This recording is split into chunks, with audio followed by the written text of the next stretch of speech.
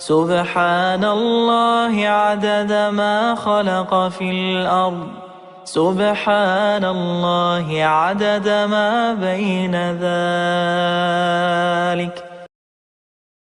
عبادت کرتے ہوئے اگر تھکاوٹ محسوس ہو تو پھر آرام کر لینا چاہیے۔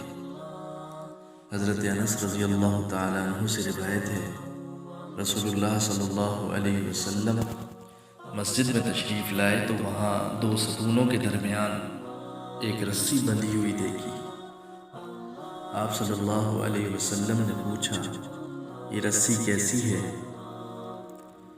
تو صحابہ کرام رضوان اللہ تعالی علیہم اجمعین نے جواب دیا کہ یا رسول اللہ صلی اللہ علیہ وسلم، یہ رسی حضرت زینب رضی اللہ تعالی عنہا نے باندھ رکھی ہے۔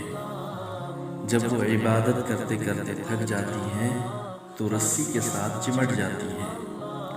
نبی کریم صلی اللہ علیہ وسلم نے فرمایا، اسے کھول دو، تم نشاط کے وقت نماز پڑھو اور جب تھکاوٹ ہو جائے تو آرام کر لیا کرو۔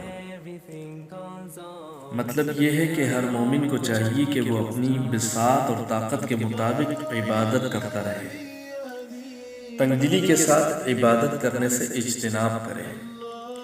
علماء کرام نے فرمایا ہے کہ اگر کوئی عبادت کرتے کرتے تھک جائے پھر وہ کسی مباح کام میں لگ جائے اور نیت یہ ہو کہ جب سستی دور ہو جائے گی تو پھر میں عبادت میں دوبارہ مشغول ہو جاؤں گا، تو یہ درمیان میں دوسرے کام میں لگنا بھی شریعت کی نگاہ میں عبادت ہی شمار ہوگا۔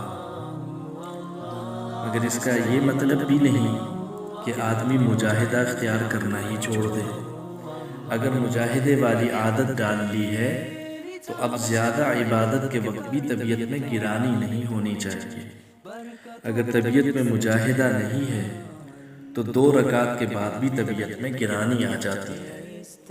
طبیعت میں مجاہدہ اگر ہو تو 100 رکعت پڑھنا بھی آسان معلوم ہوتا ہے۔